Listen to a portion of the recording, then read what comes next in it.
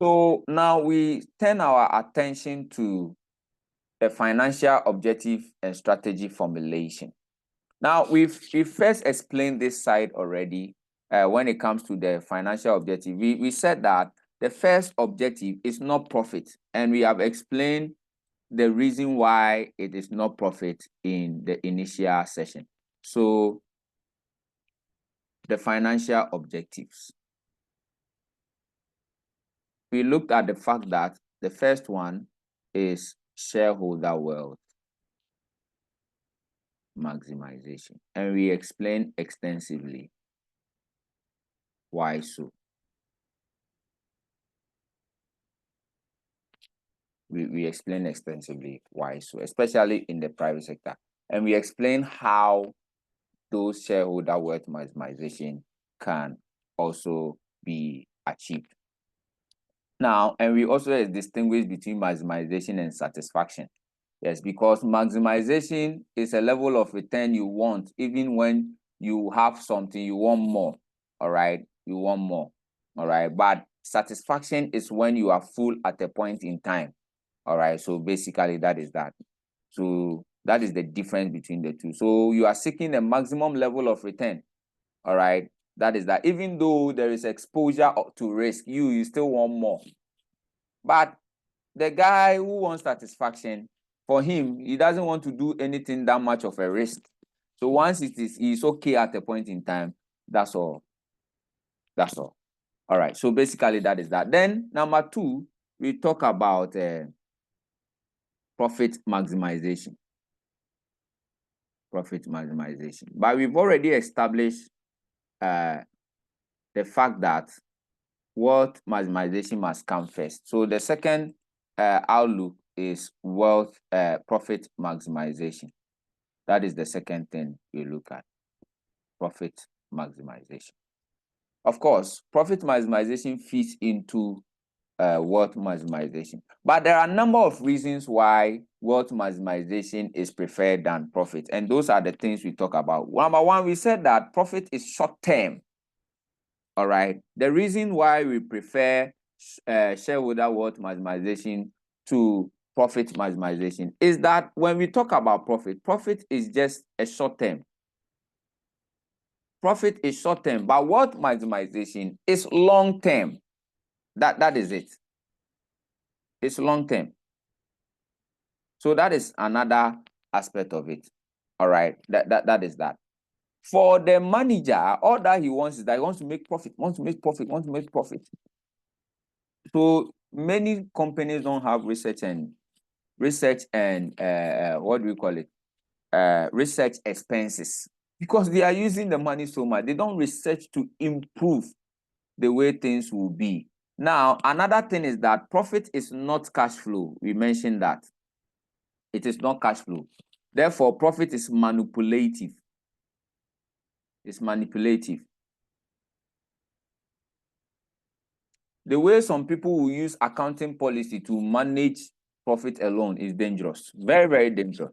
They will bring in depreciation very high, provisions very low or high, depending on what they want to achieve. All right. So it's manipulative. All right. So that is that. It doesn't speak to the quality of the earnings that you see. So with these reasons, you can say that long term is the key. That is what the shareholder wants.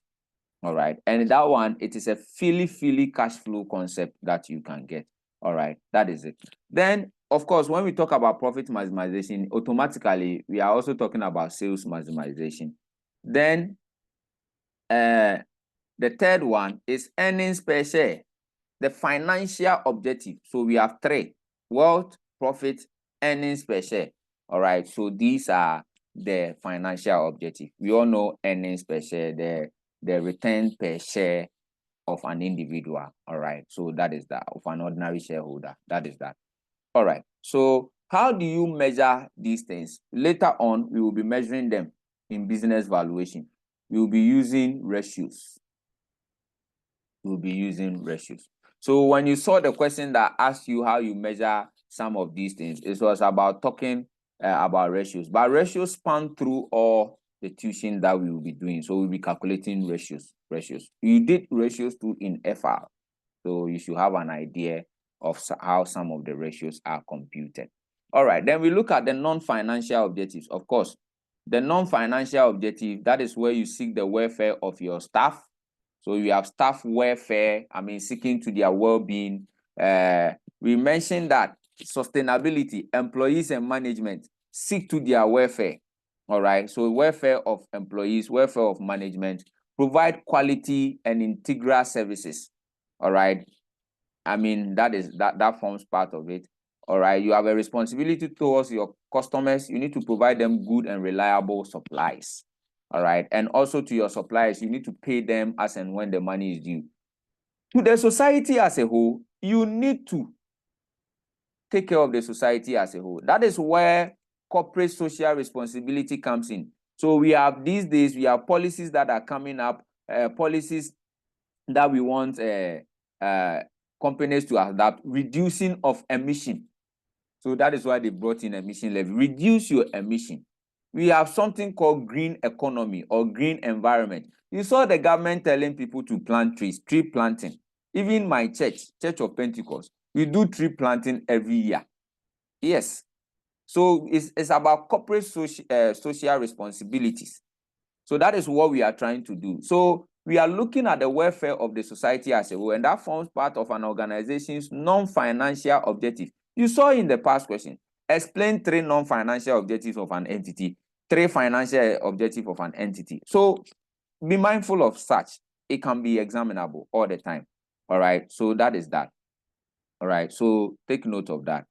Of course, we talked about formulating policy, and this one is something you've learned so on and so on, that every entity must have a mission statement, a vision statement, they must have a goal and all those things. You learn this thing in business management in your initial level of accountancy, that we have corporate level where the board of directors people meet to make policies, all right, that really affect the company. Then we have the business level, which is the management level, which is the head of department, and we have the operational level, which we are the people, they say, hey, Oga, bring this, you go and take, you come. Bring me this, you do this. Bring me that, you do this. So these are I call them the normal staff. And these are the HODs. And these are the board of directors. So those are the levels of an organization. So the phase 2, we are talking about financial objectives and non-financial objective of a profit-making organization. That is what we've dealt with. But when you come to the financial and the non-financial objective of a non-profit making organization, we also spoke about the fact that for these people, it's about value for money. Value for money. Now, the question, you see, the thing is that in whose interest is the thing run? It's the citizens. What are the objectives of the interested party? We want a good governance. We want things to be cheap. And so, therefore, value for money, economy, we have explained it, all right? We have explained efficiency, and we have also explained effectiveness. You can just add these important ones. Transparency, and that is what every Ghanaian is calling for now. Transparency. Yeah, very important. Then we have sustainability. We've discussed this one too. Giving back to the society, all right? And ensuring stability. You can add other ones. Capacity building and all these things. All right, so that is that. That is that. So those are the financial objectives and the non-financial objectives of both public sector entities and non-public sector entities. So you need to be mindful of that. So we come to the last but one concept at looking at the introduction to financial management. We need to discuss something called corporate governance and ethical considerations. And this has been the backdrop of the new syllabus, corporate governance, ethics, corporate governance, ethics. This has been the backdrop because they feel like companies are failing out. And so then we need to study something about it. Now, what is corporate governance? Corporate governance simply means the steering or the directing of an entity. So how an organization is directed and controlled. That is corporate governance. That is corporate governance. And when I started, I showed you the fact that there are, this is it, we have the shareholders, all right, who are the owners, and at the same time, the principals. Then they have an entity which is run by a board of directors who are having control, and they are agents. All right. So you see that there are three elements that you can see, 3 or 4 elements that you can see here. We are talking about ownership and control. So these shareholders are the owners, but the control is in the hands of the board of directors. All right. So that is that.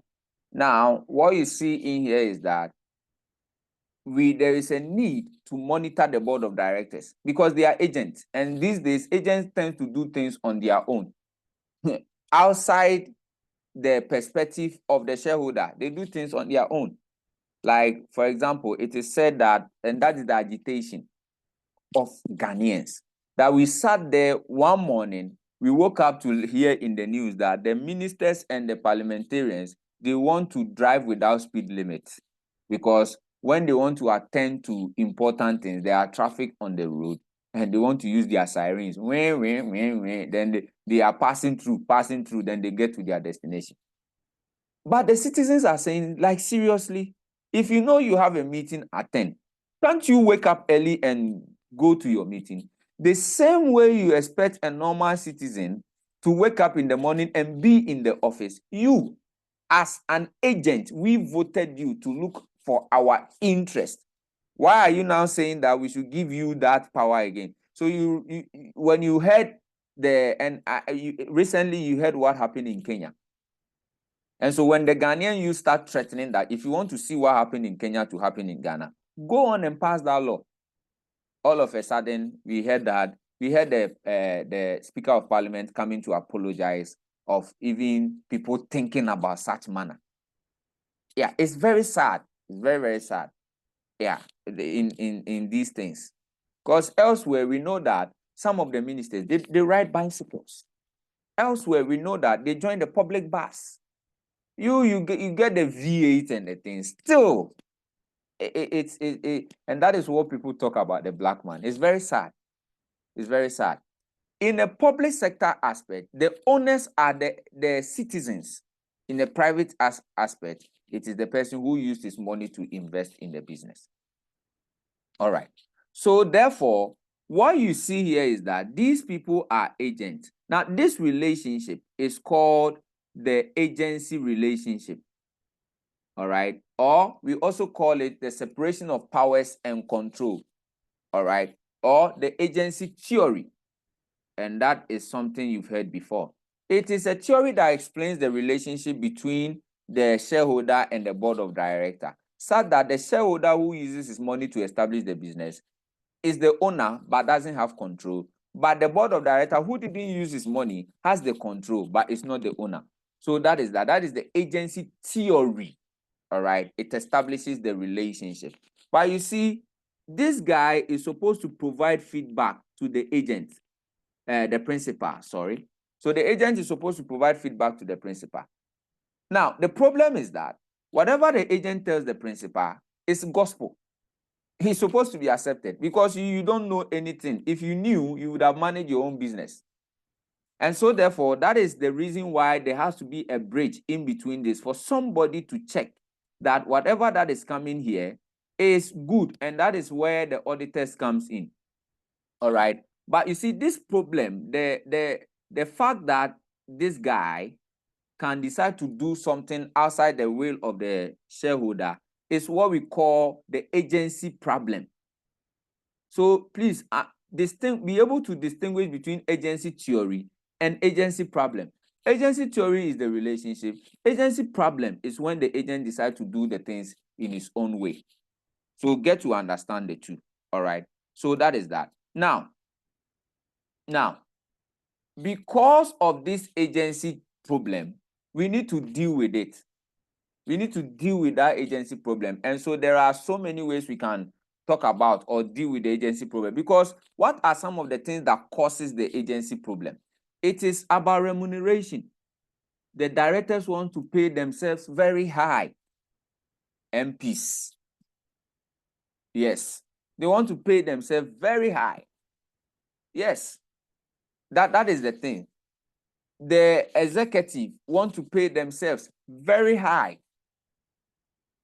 They all want to do that in the public sector perspective. And that is the problem, and that raises the agitation of citizens. That is that. Empire building.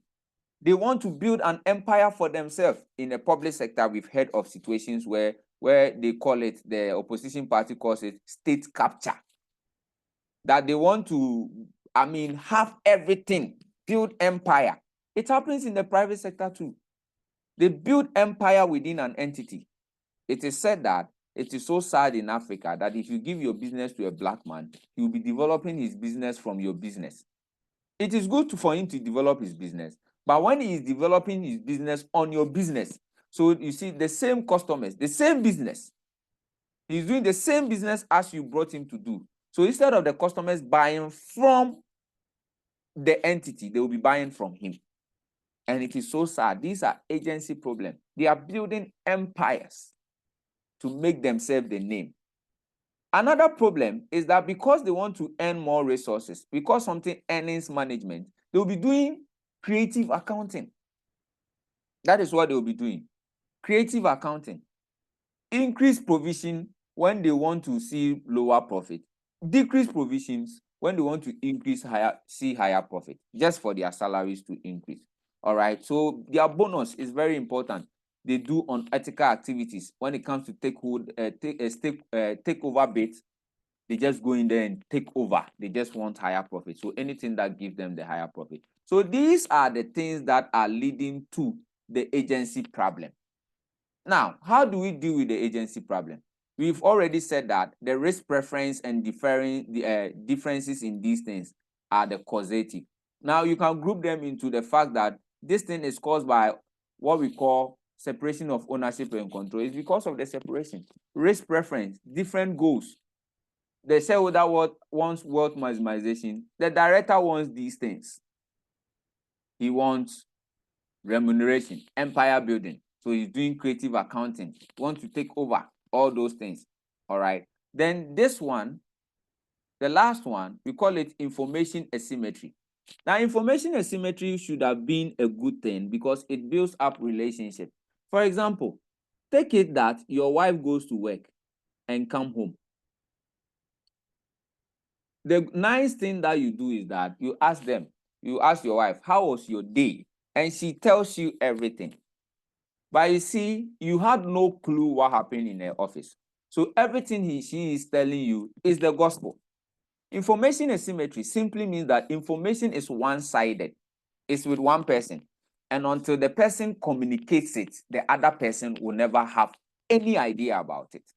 And you see, all the information are with the directors. So until they communicate it, the principal has nothing. So that is what we call information asymmetry. Now, how do we deal with this agency problem? Of course, people have come up with so many suggestions, and that is something that is now at the heart of case study and audit. Number one, we are suggesting that you do a hierarchical board or a full board. Full board. What do we mean by that? A board that is having a combination of non-executive directors and executive directors. You should have an idea who a non-executive director is and who a non-executive director is. These executive directors, their name in the office are MD or CEO. All right. They are part of the day-to-day administration of the business, but the non-executive directors are not. They are independent. All right. So we are saying that let them be there. Let them be present on your board. They should be more than the executive directors, and they should be independent. All right. So that is that, so that they can supervise the executive directors. When you look at this in the public sector perspective, you know who are our non-executive directors? They are our MPs. And the CEOs are from the executive, the ministers. Minister of this, minister of this. This one is member of parliament. These ones are ministers. So the members of parliament play a supervisory role on the ministers. So that is that. And that is why you get to hear so many things these days that you are hearing of. They check them. In a company, that is how it's supposed to happen. So if you want to deal with the agency problem, bring in independent non-executive directors, all right, to see to the works of the executive directors. All right. So that is that. Not to do politics, but there is a case that happened that Senate was selling some of their hotels. And there is one particular person, a minister now, who was going to buy it. And when they said that, when they checked the company documentation, he was a director. And at the same time, a shareholder. What do you think will happen? In fact, they said that he was the sole shareholder. And he's another director of two directors. So they are just two directors in the company. Two directors. He is one, then there is another person. And he is the sole shareholder. So it means that he is here and is here. Now, if we go for board meetings, whose decision do you think will hold in this particular scenario? Whose decision do you think will hold in that meeting? Yes, what do you think? What do you think? Because it is likely that people will face this thing in public sector. What do you think? Whose decision do you think in this structure of the organization will hold? Apparently, the second director is just a secretary to this board. Yes. What do you think will happen? Who do you think is running the show now? Yes. Shareholder cum director. Shareholder cum director. But you see, it's funny. I heard him on radio and he was defending the fact that he doesn't go to the office. Oh. He's a non-executive director. Oh. And his name is just there because when he went to the registrar of companies to register his business, they asked for it and he just put it there. You see, this man is a minister. And it was sad when I was listening to him on telly and on radio that he was also publishing out his ignorance into the public. He was defending it seriously.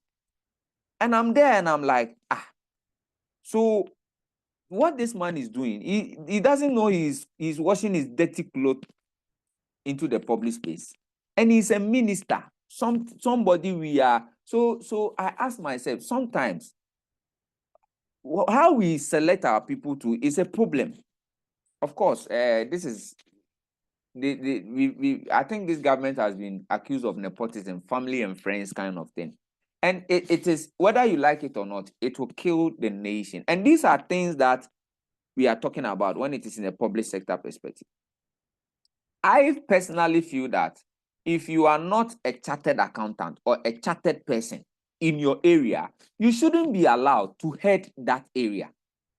Because when you are chartered in your area, ethics are bound on you. And whether you like it or not, you will learn some of these things. So you will know. So therefore, if you know and you do it, then we sack you at every point in time of a mistake because you are holding a public office. There's no two ways about it. And it is sad that we don't have it like that. The US state, the security woman has been sacked. She even resigned. If you go to UK, if they don't perform, they resign. Everybody resigns. Not in our place.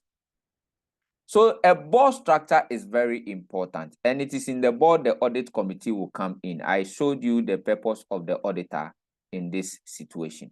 All right. So that is that. So that is that part.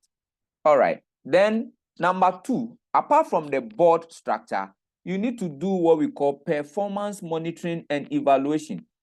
Guys, these are what we are suffering from. Performance monitoring and evaluation. Do we evaluate people? KPIs. Do we even have KPIs for our ministers? Do we measure the way they work? Do they have it? I always ask myself, maybe Mr. Listowell, you can help me. Who is the HR for these public services? What is the HR policy?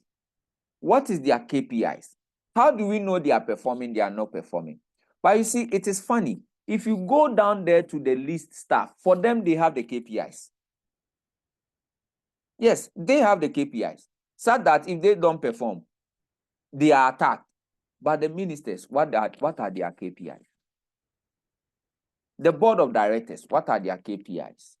So that if they don't perform well, they should be sacked.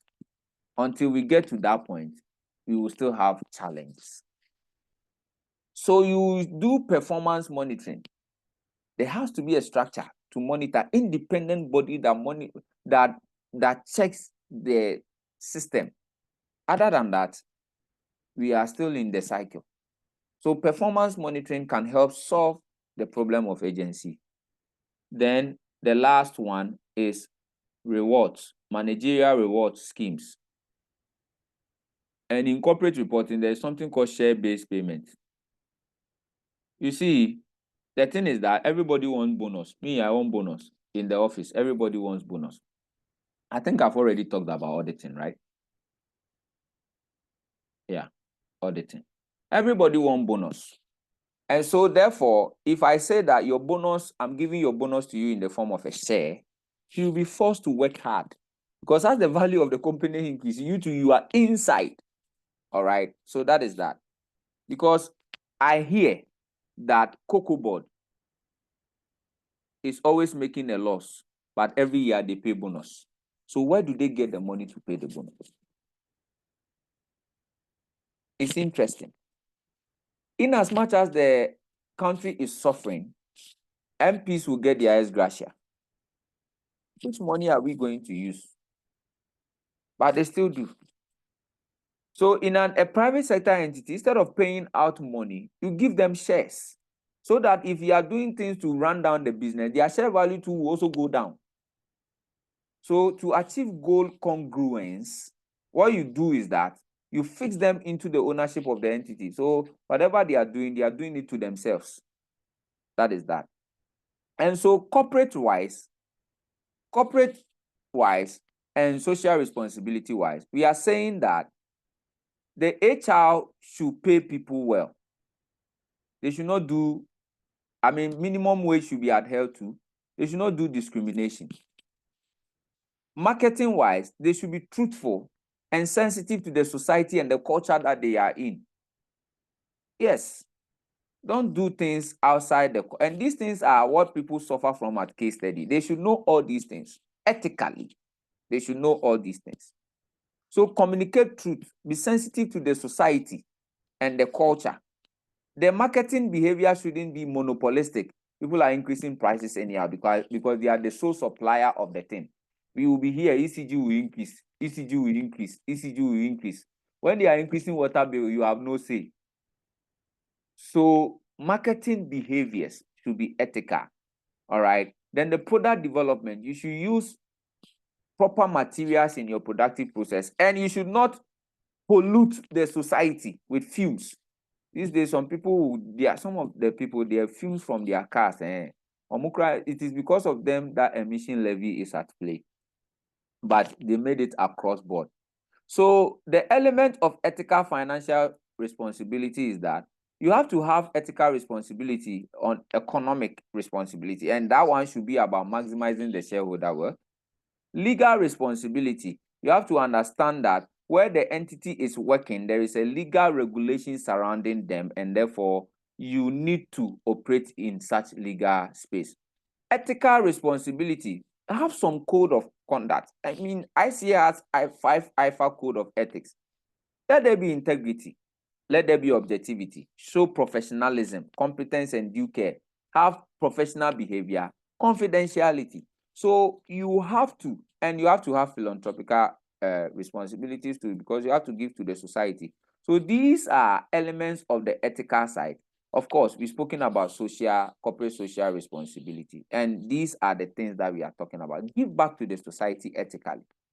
Be fair in your treatment. HR, so the things we spoke about. these things we spoke about are the principles of social responsibilities. The human resource, marketing behavior, production process, they are the same thing we are dealing with here. Sustainability, that's the same thing. Have good reputation, all right? These are the principles of corporate social responsibility. Then the last aspect of what we are doing today comes in from the regulatory environment. You see, these people regulate the financial environment. You have the Bank of Ghana. The Bank of Ghana regulates all the banks and financial institutions. So all financial institutions, including banks. All right. So that is what they do. They regulate them. But the functions of Bank of Ghana affect the financial market. How? For example, let Bank of Ghana increase their monetary policy rate, which is the interest rate. Can't you see that it will affect people from borrowing money to go? It will affect source of funds, source and cost of capital. Bank of Ghana monetary policy rate affects business finance. It affects it. So the impact of Bank of Ghana function on finance environment is this thing. So know their functions. They formulate, of course, they monitor, of course, they regulate the banking sector. All right. So that is that. So those are the things they do. In fact, they check FX, they supply money. All right. This is the central bank. Okay. So you should know their functions. But what they do influence the financial decisions of an entity. So, for example, if they increase the interest rate through monetary policy rate, it affects the sources and the cost of borrowings. Yeah. It is the Bank of Ghana that sets the credit policy and reserve requirements of commercial banks. Now, if the reserve requirement increase, it means the commercial bank needs to go and top up, which means that they will have less money to distribute to the banks. They are individuals who will take loans. So it affects it. They not intervening or intervening with the exchange rates also affect businesses. We know that. Because the Bank of Ghana is the supply of money. If they don't supply foreign exchange, you go to the black market, buy it at expensive price, which will affect demand and supply in the country or in the financial environment. That is that. They are supposed to supervise and regulate the financial institutions. If they don't do it well, people will suffer in the finance market. All right. So the Bank of Ghana are supposed to help us check our inflations also and address all the risk in the financial system. Are they doing that? I will leave that discussion to you. All right. So that is that. Again, not only the Bank of Ghana, we also have the stock exchange market. See, we are talking about finance and everything happens at the stock exchange market. Buying shares, selling shares is the SEC. They give the prospectus. If you want to sell your stock in the market, they give prospectus. So these are some of their functions: advising the minister on the securities industry, regulating the security industries, formulating policies and guidance for the industry. All right. So all those things are there. They regulate, monitor, supervise. Now, for them too, they also affect the source of finance of an entity. How? Because they give the prospectus for you to be able to sell shares to raise funds or go to the stock market to also buy, all right, to have an investment. So that is how it happens. That is how it happens. So if you want to do an initial public offer, an IPO, we will learn how shares are sold and bought in the market, because you can go there, or you can use a broker. You can let an agent do it for you, or you can do an initial public system, all right, an IPO, all right, you can do that, or you can use a market broker. We will learn these things in the sources of finance, all right. So that is that. Then we have the National Pensions Regulatory Authority, the NPRA. I have fought with these people in my office before, because their name is National Pensions Regulatory Authority. They are supposed to regulate pensions. I felt like their job should be on those who take our pension, not those who are paying the pension. It should be on those who take our pension. So tier 2, tier 1, tier 3. Make sure they are using our pensions well so that when we go on retirement, we can have our funds. SNIT recently, was it last year, there was a report that said that about 2036 or so, SNIT will not be able to pay retirement benefit. And that is the reason why I know that they wanted to sell the hotels. Yes, because it is getting dangerous. But you see, the NPRA is supposed to make sure that SNIT uses our money well so that we will have returns when we go on retirement. You see, nobody has a problem with the SNIT selling the hotels because, of course, like we are learning, we should be safe in the future. But I think the problem came because of the buyer and the way they did the tendering process. That is where the problem was. Yeah, because NPRA is supposed to work. When they came to my office, they said they want to see my payroll. Unfortunately, they didn't come with they came wearing NPRA tie and dye shirt, so it was written in their shirt NPRA. But they did not have a tag on their neck. So I told the guy, boss, you can go and take anybody's shirt and come here and say you are from NPRA. So unless you give me something that says your identification card that says you are with NPRA, you have no business in this office. I do it to GRA people too. Yeah, that's it. Yeah. So they also have a role to play. They check pensions, and pensions is about the insurance industry. And so they also they are supposed to give education to people. And when you also want to invest money in the insurance industry, their role affects you. All right, their role affects the funds investment. So the implication of their role is that they take money. You see, pension is money from an employee. Your employer will pay 13%. You will pay 5.5%. But there is another 16.5% that is available to you to contribute again, which you can share with your employer or yourself. So you see, the higher the pension amount to contribute, the more it is taking disposable income from people and the less investment people can do. So that is how it is. So that is the correlation inside it. All right. So you see that already 5%, 5.5% of your salary is going to pensions. It is reducing your disposable income. And how are they using the money so that you can also get enough return? That is the role and the impact of the NPRA. Then we have the NIC for insurance companies. They also regulate the insurance companies. So insurance too has an effect on our financing decision making because they set minimum capital for the insurance company. It's just like Bank of Ghana on the banks. That is how it is. If they agree to increase insurance prices, it means they are also taking disposable income from people. All right. So they may set minimum capital requirement for insurance company that is pulling out resources from them, affecting their cash flow. They also regulate the type of investment insurance people can make. They also approve premiums. You see, of late, I hear there is a flat premium for most of the insurance policies. So they set those things. All these things take money from people, all right? So they give license for people to become insurance companies. They set standard for risk management in these insurance policies, all right? So those are their functions that they do that impact what we do. Of course, there is the economic environment of what do we call it? Financial management, and we will look at more of these things when we are looking at the sources of finance. Because what you see here is that there is a microeconomics, macroeconomics, but here we are looking at the macroeconomics. All right, and so it's like the industries coming together, household and industries coming together. So what we are looking out for economic growth, like the country. We want economic growth. We want inflation to be controlled.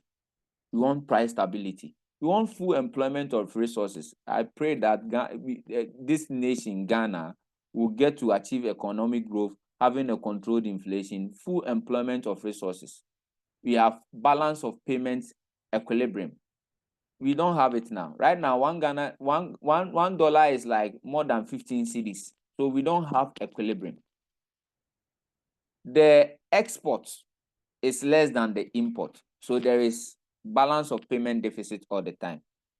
We also want to redistribute wealth and income well. It looks as if, per my knowledge, as at 2021, revenues generated in Greater Accra alone was 92%.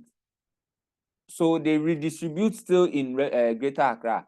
All the other 15 regions in Ghana, go there and see. It's as bad as it is in development.